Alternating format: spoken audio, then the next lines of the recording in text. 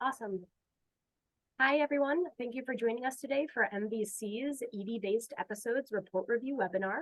My name is Christy Degner, and I'm a site engagement coordinator for MVC. I look forward to facilitating this webinar today. Next slide, please.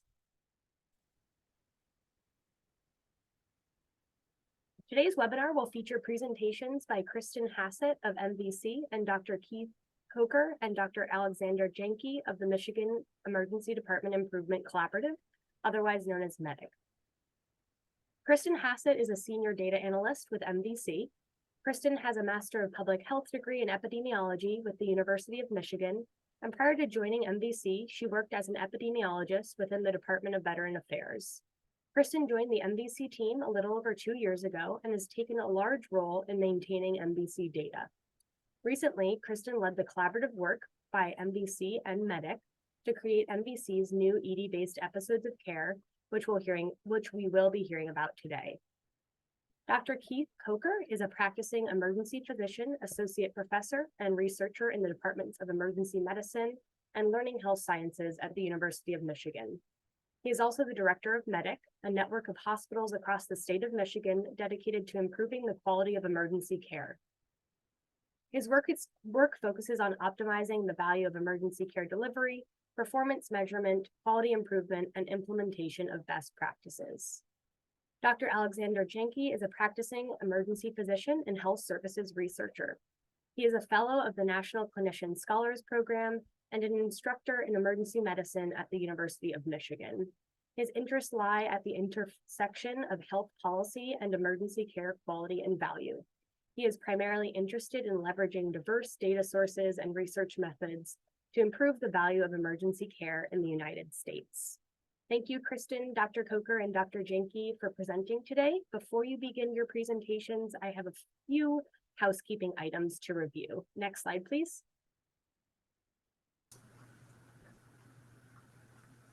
First, this session is being recorded. The slides and the recording will be shared with attendees following the work group. Next, we will be monitoring the chat throughout the presentation, so feel free to add questions there. We also will have some designated Q&A time at the end of the presentations as well. Lastly, your feedback is very important to us. If you could please complete the post-webinar survey in a link that will be provided in an email sent following the webinar, that would be greatly appreciated as well. And with that, I will turn it over to Kristen to start her presentation. Thanks again.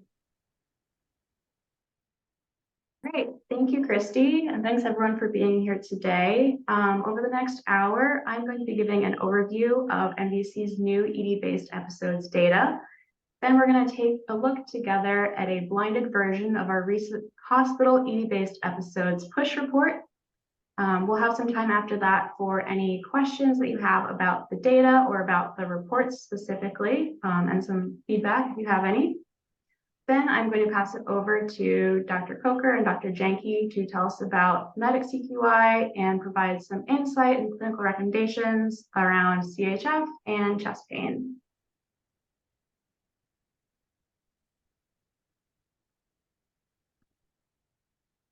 So to start off, I'm going to give a brief overview of MVC's new emergency department-based episodes data. If you've been with MVC for a while and you've been receiving our push reports, you've logged into our online registry, you know that historically MVC has created data for and reported on episodes of care that are initialized by inpatient hospitalizations or surgical events. And what we've done is we've created new episodes of care that we're calling ED-based episodes of care that are now being initialized by ED visits. So this is a new data structure that's completely separate from our inpatient and surgical-based episodes, but they are structured similarly. So we've created these episodes of care for some high-volume conditions deemed relevant to the ED space. And being episodes of care, each one includes all care that a patient receives between an index ED visit through the 30 days following that patient's ED visit. MVC has used our extensive claims data to create these ED-based episodes. So right now they're available for patients who are insured by BCBSM, commercial and Medicare Advantage plans. VCN commercial and Medicare Advantage plans, as well as patients covered by Medicare fee-for-service. And the data are available for index ED visits from January 2017 through present. And we are continuing to update this data as we receive new claims on an ongoing basis. The index event for these episodes of care are facility claims on which we've found that the patient visited the emergency department by the presence of an ED revenue code. And that claim must also contain a primary diagnosis code that matches one of the 15 conditions that we've developed so far. These ED-based episodes of care have been created for patients of all ages. So there's been no age restriction applied, which is really exciting for us because that means that now for the first time, we have episodes of care data that are available to do some work in the pediatric space. And not all of our reports may focus on pediatrics or adults, but there is that possibility for digging further into that space in the future. Is she not in her office? No, I don't. She might be. Do you know where Nicole Oliver sits? I don't. Just around the corner. Yeah, from if you my follow other us. Yes, where my exactly. lot- Okay. Exactly. It's right there. Yeah. And lastly on this slide, I want to point out that these episodes of care are created in a non-overlapping manner. What that means is that a patient can have multiple episodes of care in this data, but they can't have multiple episodes that are overlapping. So once a patient has a qualifying ED visit, they're in an episode of care for the next 30 days. After that time period is over, they are again eligible to initiate a new episode of care once they meet the criteria for a new ED index event. So MVC worked together really collaboratively with our partners from MEDIC, who are here today to create all aspects of the ED-based episodes of care and to pick out the conditions that we wanted to focus on as we started this work. So these are 15 high-volume ED-relevant conditions that we've identified as preliminary focuses. Some of them you'll see are long-standing MVC conditions like COPD and CHF, where we've traditionally looked at these conditions in an inpatient setting, but now we're able to really glean more insight on them from an emergency department perspective.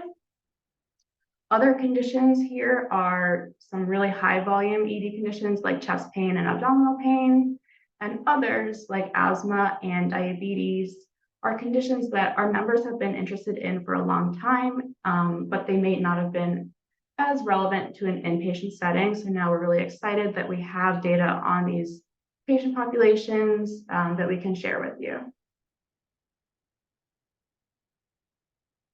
This schematic is looking at what a given episode of care looks like, starting with an ED visit on the left in orange. That is what we call our index event. So when a patient visits an ED at one of our MVC hospitals and they have a primary diagnosis for one of those 15 conditions that I just showed, they are eligible to initiate an episode of care in our data. And whether that patient is then sent home or if they are admitted to an inpatient unit, both of those situations count here. As long as the patient visits the ED, they're initiating an episode of care. Once they are released from that initial care and sent home, their index claim ends. That's the end of the index event. And that begins the 30-day post-index period. All care that that patient receives in those next 30 days that are documented on medical facility or professional claims are part of the episode of care. So whether that patient is using outpatient services in their hometown or being readmitted to a hospital across the state, part of the great things about claims data is that we see everything that happens to that patient no matter where they go. So that's all captured in that episode of care.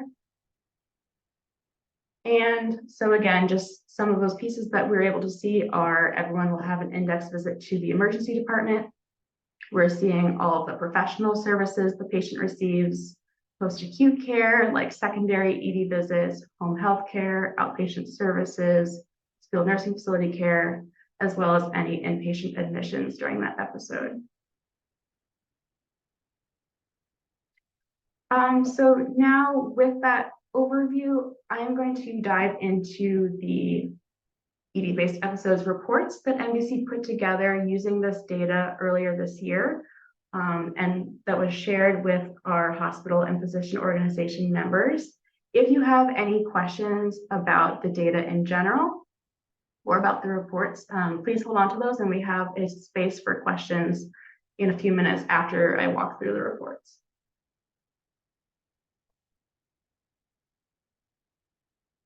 The MVC team put together 3 versions of our recent ED-based episodes report. There was a version for our general acute care hospitals, one for our critical access hospitals, and finally one specifically tailored to our physician organization members. And the difference between these 3 different versions of the report is mainly in the patient population and in the comparison group that is shown. So for our general acute care hospitals, you will be seeing data for patients who visited your emergency department, your hospital's emergency department, compared to other general acute care hospitals that are part of the collaborative. Whereas for our critical access hospital members, your comparison group are episodes at other critical access hospitals that are participating in the Michigan Value Collaborative. So we're really trying to compare like to like, as that's some feedback that we've heard over and over again, is those critical access hospitals, we know you like to be compared to other critical access hospitals. And finally, for the physician organizations, in the PO specific version of this report, the patient population has been limited to patients who are attributed to your PO in the year of their index ED visit. And your comparison groups are also other PO attributed episodes. So each of our hospitals and physician organizations qualified to receive one of these ED-based episodes reports. They can be found in your organization's Dropbox folder in the MVC Dropbox. And if you have any questions about how to access that, or if you're having any trouble, please reach out to us and we'd love to get you in there and able to see your reports. For this specific report, I'm going to be showing a general acute care hospital version. And the analytic cohort was composed of adults aged 18 and older. So again, I mentioned that we have ED-based episodes for pediatric patients. But for this report, we decided to focus on an adult population to start. So the report focuses on adults who had 30-day ED-based episodes with those index ED visits between January 2021 and August 2022. And we took the 15 conditions that we've built ED-based episodes for and selected 5 to focus on for this first report. And those were chest pain, abdominal pain, CHF, COPD, and cellulitis. And we've used claims from the Blue Cross commercial and Medicare Advantage plans, as well as Medicare fee-for-service. So bear with me one moment. I'm going to change which screen I'm sharing and pull up a report.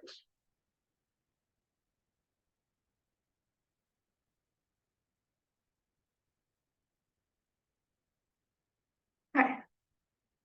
Does that PDF look okay to everyone? That's good. Thank you. Okay, so this is a blinded version of our recent hospital ED-based episodes report. So this does not show data for any one hospital in particular, but it is formatted identical to what all of the general acute care hospitals would see in their report that was shared a few months ago. As with all MVC push reports, we start off with a cover letter here on the first page, and the goal of the cover letter is to describe the report, tell you about the metrics that we're going to show, include that description of the patient population that I just talked about, tell you what data is included in your comparison group, and also show what claims data are included in the report.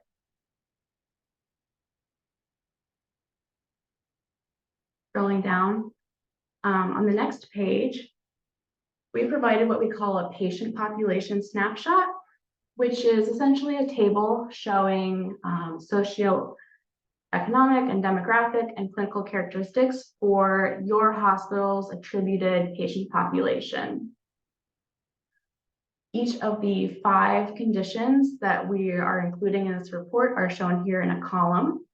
So I'm just going to go through one column. So on the left here, under where it says chest pain, that column describes the patient population who visited the ED at Hospital A with a primary diagnosis of chest pain, initiating the chest pain ED-based episode. So among those chest pain patients, the average age was around 59 years old, 62% of them were female. Next, we come to a breakdown of race ethnicity categories. So a little under 1% of patients at this hospital were Asian or Pacific Islander, and around 46% were Black and 46% were white. You may have seen a recent communication from MVC describing how we are no longer showing race categories for patients whose race has been recorded as other or unknown. So if you notice that your race ethnicity breakdown does not add up to 100%, that is why. Continuing down, we have the percent of patients living in an at-risk or distressed zip code. This is a measure that's based on the Distressed Communities Index, which is an index that takes population level data from the US Census, from other population surveys, and categorizes zip codes across the United States in 5 different groups. So there's zip codes are categorized as prosperous, comfortable, mid-tier, at risk, or distressed. And that takes into consideration community level factors such as education, employment, and income.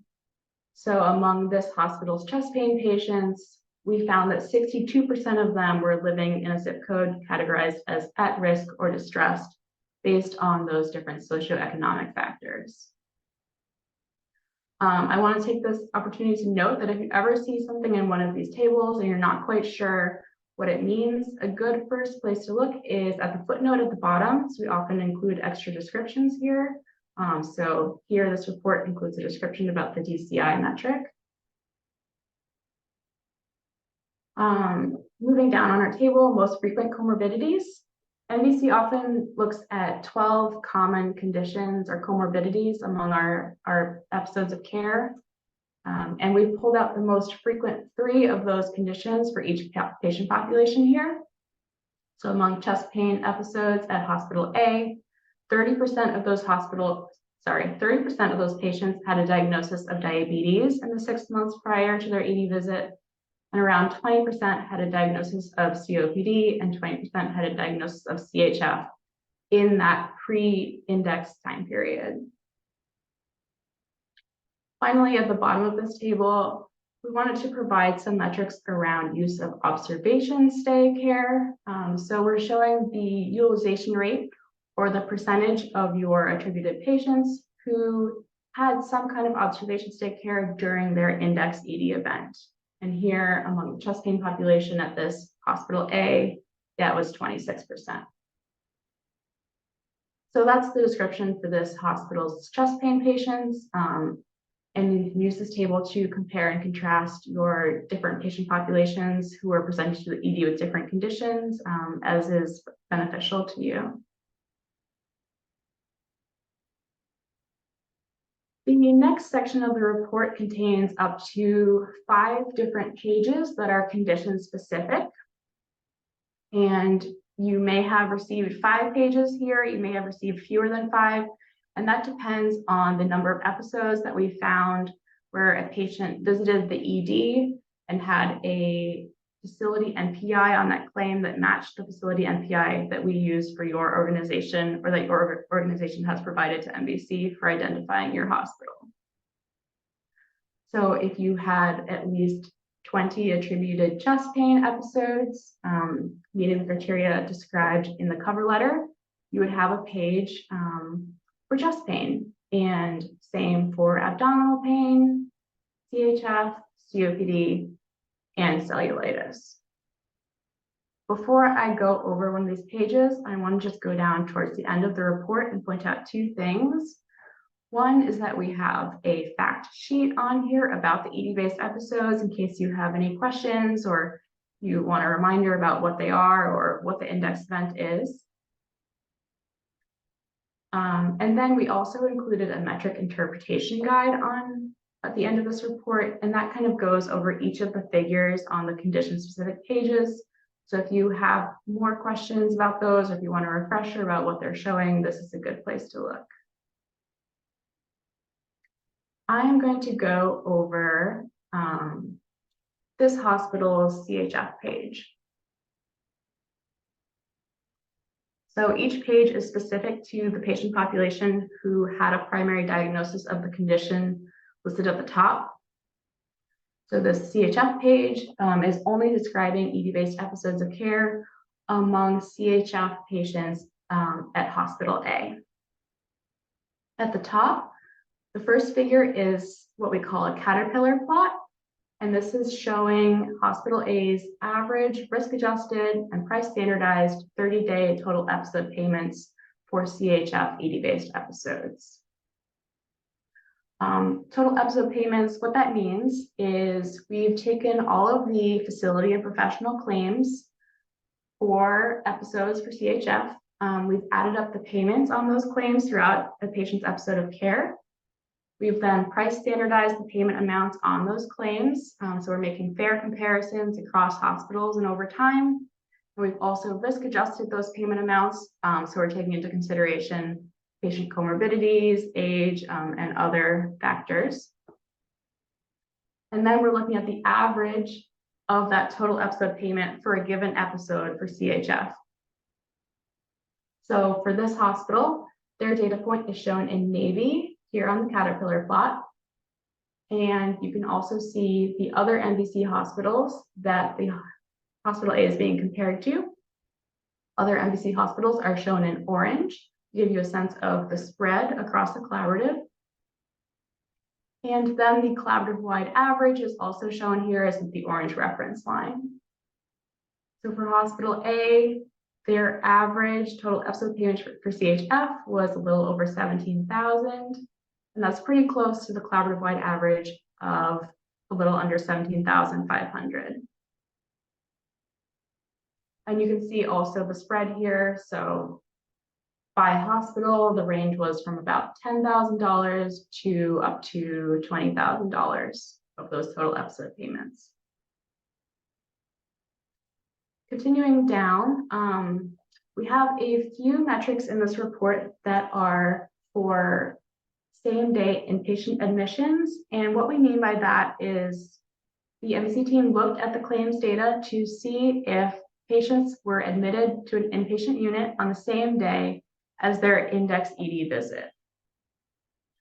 So this bar chart on the left here is looking at total episode payments, comparing episodes at your hospital.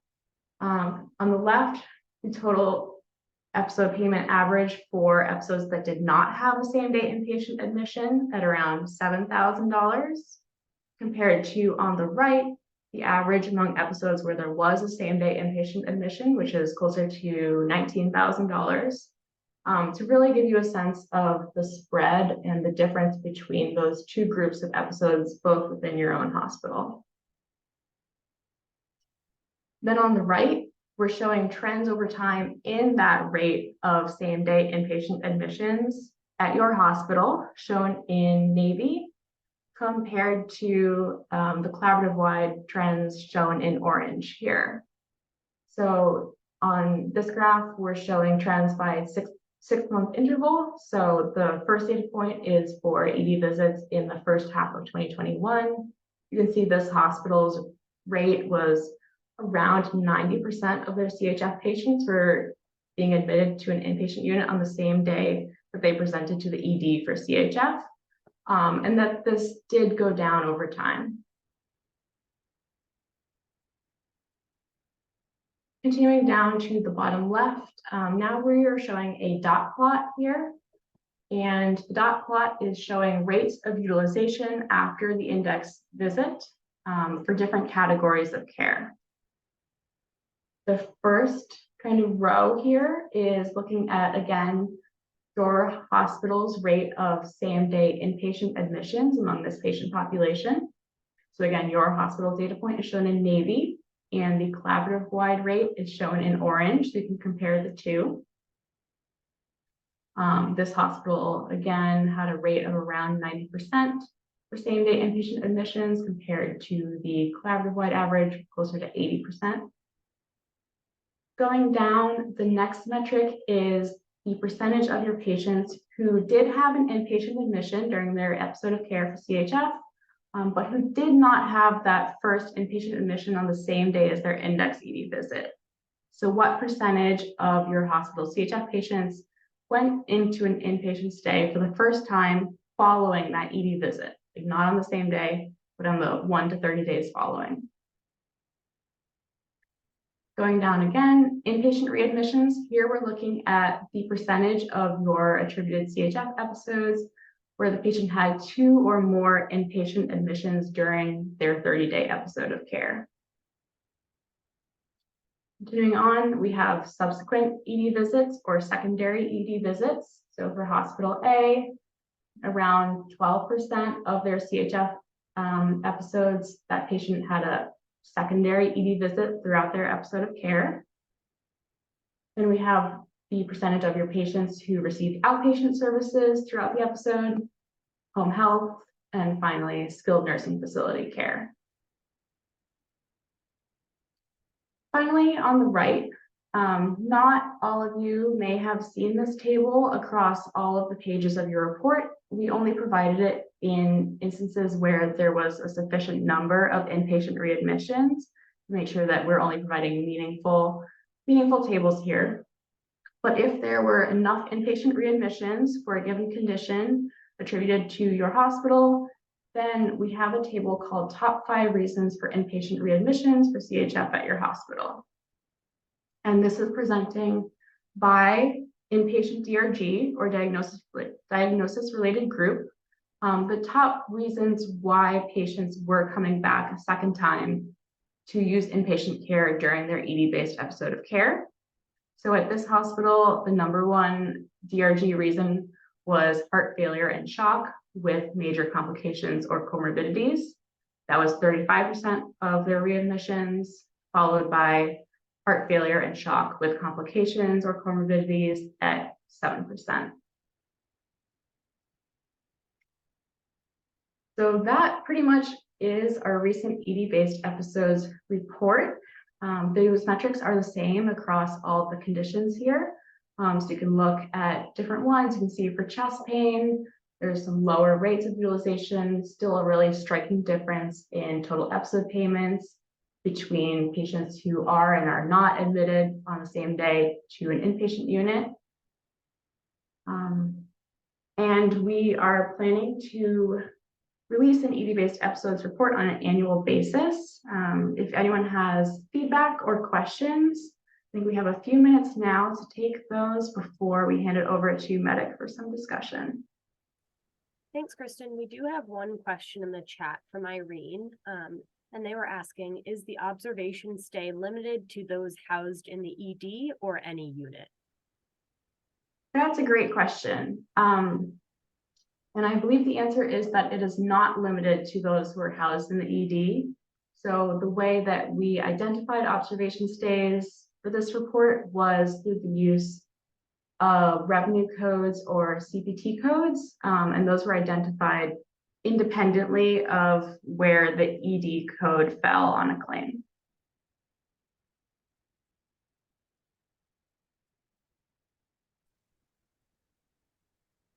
Are there any other questions about the report?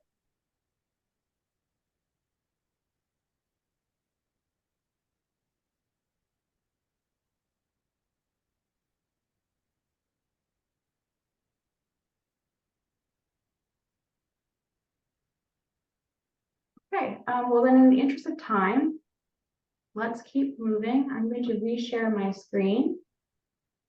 And I am happy to introduce Dr. Kocher and Dr. Janke to introduce the MEDIC CQI and tell us a little bit about their chest pain initiatives and clinical insight around the ED space and CHF. Over to you. Thanks, Kristen. And it's great to be here and see all of you interested on this topic.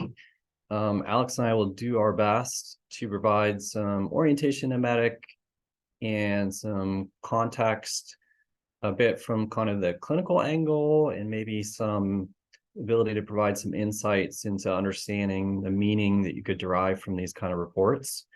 So as Kristen said, I'll start with a little bit of an orientation, and then ultimately hands things off to Alex.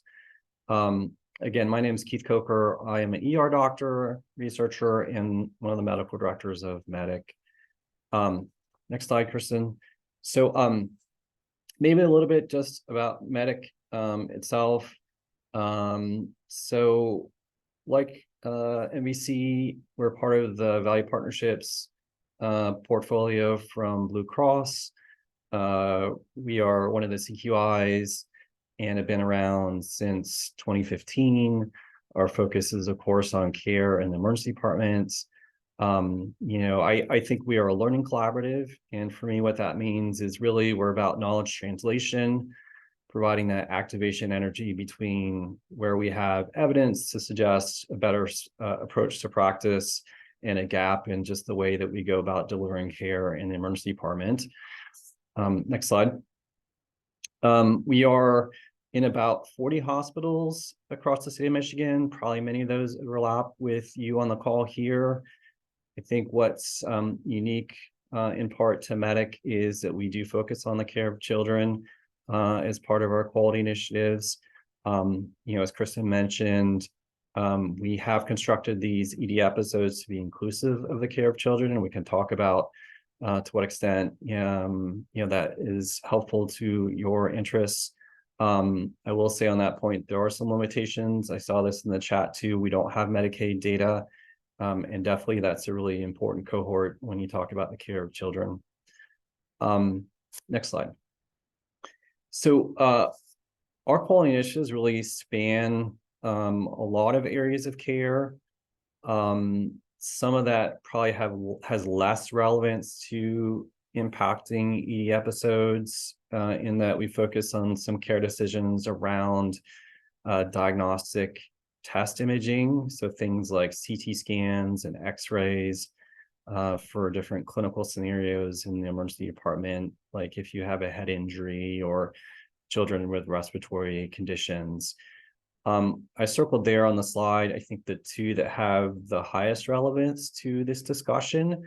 One is on asthma for children as a condition and chest pain for adults, where we're really focused on this ED care decision tied to what we call disposition. So this like decision to admit a patient or decision to discharge a patient. And in these two conditions, we feel like there's some good evidence that helps determine really what a best practice would be in these scenarios. Next slide. So let me talk a little bit about chest pain, because again, I think this ties back to some of what Kristen was talking about in those ED-based episode reports, where chest pain is a really important condition. MEDIC has had an interest here for about 3 years and developed an implementation toolkit, quality improvement toolkit, similar to all the things that our CQIs generally do. Where's the evidence? How do we get at the right fingertips of the individuals making these decisions, creating some at the elbows materials, audit and feedback, reporting capabilities, those kinds of things, where we're looking to really make sure that patients that are safe to be discharged home with chest pain have a higher likelihood of that happening in emergency departments and hospitals across the state. Next slide. That being said, it's really about this decision to hospitalize, I think, that ultimately probably is an important take-home point from these reports. And Alex will get into this a little bit more as we break down some of the meaning. But that's because, this is really a high leverage decision in the delivery of care, because it has pretty important cost, value, quality consequences between sort of the patient that gets admitted and the equivalent patient that maybe goes home. There's a lot more cost that probably comes into that hospital stay as opposed to being able to manage that as an outpatient. And there's certainly like a lot of non-clinical factors that can factor into that decision for sure. Some hospitals are in more safety net settings where they're dealing with a lot of social challenges, transportation challenges. Those make a big difference in the decision. But to the extent that hospitals and health systems can create alternative options that are safe and allow the transition to a care approach as an outpatient, that probably translates in part to better costs across these episodes of care. Next slide, Kristen.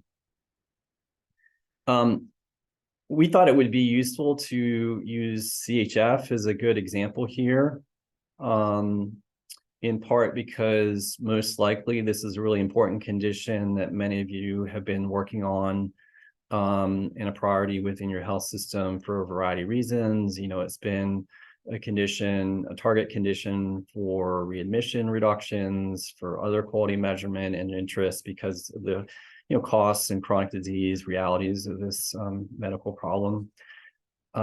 Next slide, Kristen. And I think in particular within MVC, this condition from the beginning has really been a focus as well. As you may know, there's been work groups around this.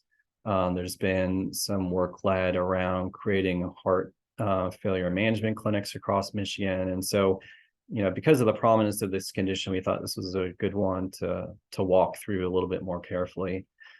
So I'll hand things over to Alex. And I see there's a question in the chat. I'll get to that too, but Alex, you want to take over for the next few slides? Yeah, so Alex Janke, health services researcher at the University of Michigan. In this next slide here, we sort of spent some time breaking down the sources of cost within the episodes of care for heart failure and some of the other key conditions. And so what we're looking at here is a breakdown across hospitals in this sort of construct, average risk adjusted price standardized payment. So the first quartile of hospitals, sort of the lowest cost hospitals where the average is about $14,000 when we look through that 30-day window, and then rising to nearly $20,000 in the fourth quartile across those 30 days. And what we found, I think, kind of bears out our experience in research in emergency medicine quality and value, that really the largest, the most significant driver of differences in that cost is at the index event. So you can see in quartile 1, $5,500 at the index event, and then in quartile 4, about $8,900. And so really, I think it's just important finding that demonstrates again the importance of that index event and the decision making that takes place in the emergency department around it. Next slide. This is a scatter plot for that risk adjusted index inpatient admission rate. And so you can see for heart failure, most hospitals are admitting 50+% of patients with an index presentation for heart failure. And really, I think it's quite striking how strongly associated that index event and hospitalization is associated with the broader 30-day window on payments. Next slide. And so one of the things that I'm interested in as an early career health services researcher in emergency medicine is that decision to admit, and what kinds of tools in quality improvement, peer audit, and feedback can help us calibrate more precisely on the value of hospital admissions and bring to bear, in the ED, some of the outpatient resources that can help folks spend more time at home. there are objective measures that drive the decision to admit a patient with heart failure, like their respiratory rate, their work of breathing, their oxygen level, or their change in weight. But I think for the plurality or even the majority in many places, the decision to admit a patient with heart failure is driven as much or more by subjective measures. And the things that come to mind for me, especially important, are the quality of patient-provider relationships and the availability and quality of outpatient follow-up, but also perceptions of that availability and, to what extent both the patient and the treating clinician in the emergency department kind of perceive that they can get patients safely to the next step without the need for hospitalization. And then I'll hand it back over to Keith for next steps. Yeah, thanks, Alex. I certainly wrote in the chat, if we happen to be on a recruitment moment here, and there's sites out there interested in who aren't in MEDIC, please reach out to me and we can talk. I mentioned some of our work in chest pain. I think of the things that MEDIC is currently working on, this is of most relevance, I think, to understanding and perhaps modifying some of these ED episode costs. And so there's some resources there about what we're doing in chest pain. And there is a contact link to as well to MEDIC's work. And then I'll just add that, this is some work that we began in MVC, and we're thinking about beginning to socialize it within the MEDIC network as well. And we'll bring this to one of our upcoming clinical champion calls as well, as we think through some of these next steps as well. And happy to take more questions too, sort of in this moment, or in the chat, or certainly even in follow-up, you have my email address there as well. Thanks so much, Dr. Kocher and Dr. Janke. Does anyone have any questions?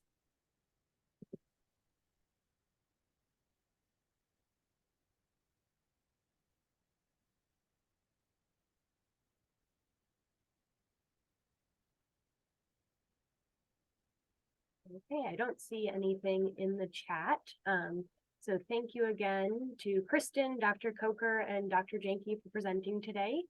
Before we conclude, I did want to review a few upcoming events.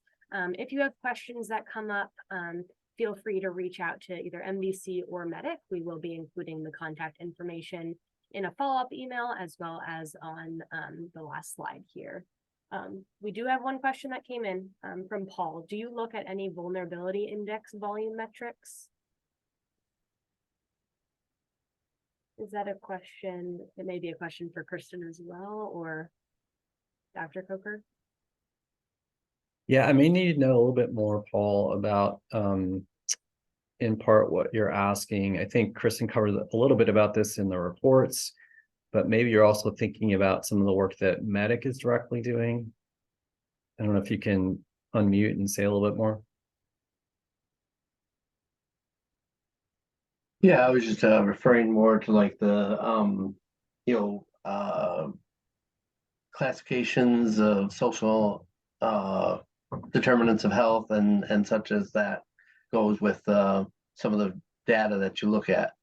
Do you look at socioeconomic class as well? I think I saw you looked at race and maybe gender, but do you look at any of that to get any deeper? Yeah, thank you. It sounds like that's an MVC question. So yeah, as you mentioned, we have data on gender and race ethnicity, and we're using the Distressed Communities Index a lot now because that's a great data source to be able to match with patient zip code data, which is the level of information we have for most of our patients around where they live. In terms of other kind of similar factors, we're looking at data through a health equity lens. We often look at, among the Medicare population, how many patients are dual eligible for Medicaid. So that's a big one.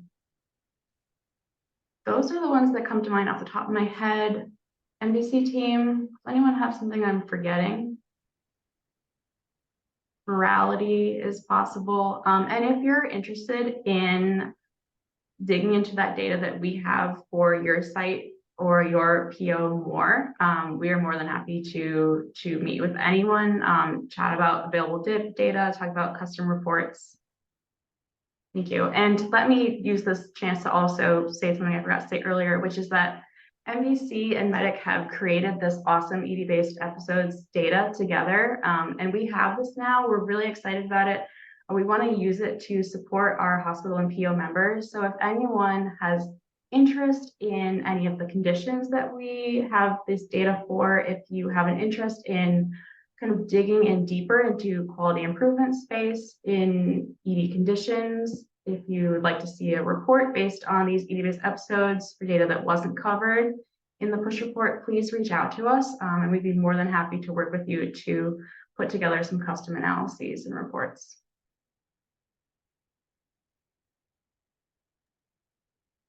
Thanks so much, Kristen.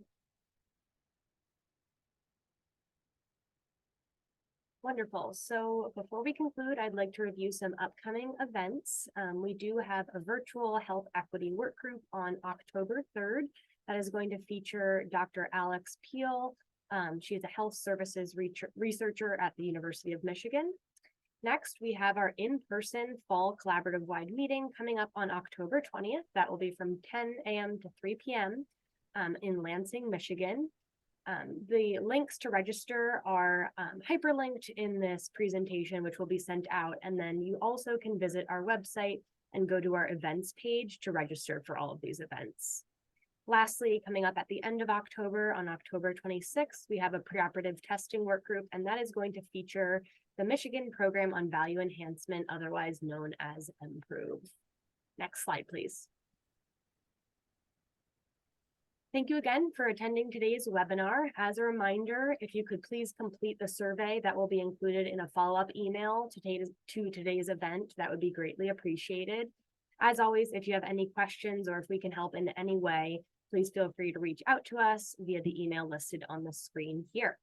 Thank you again for attending today's webinar. We hope that you found it insightful and have a great rest of your day.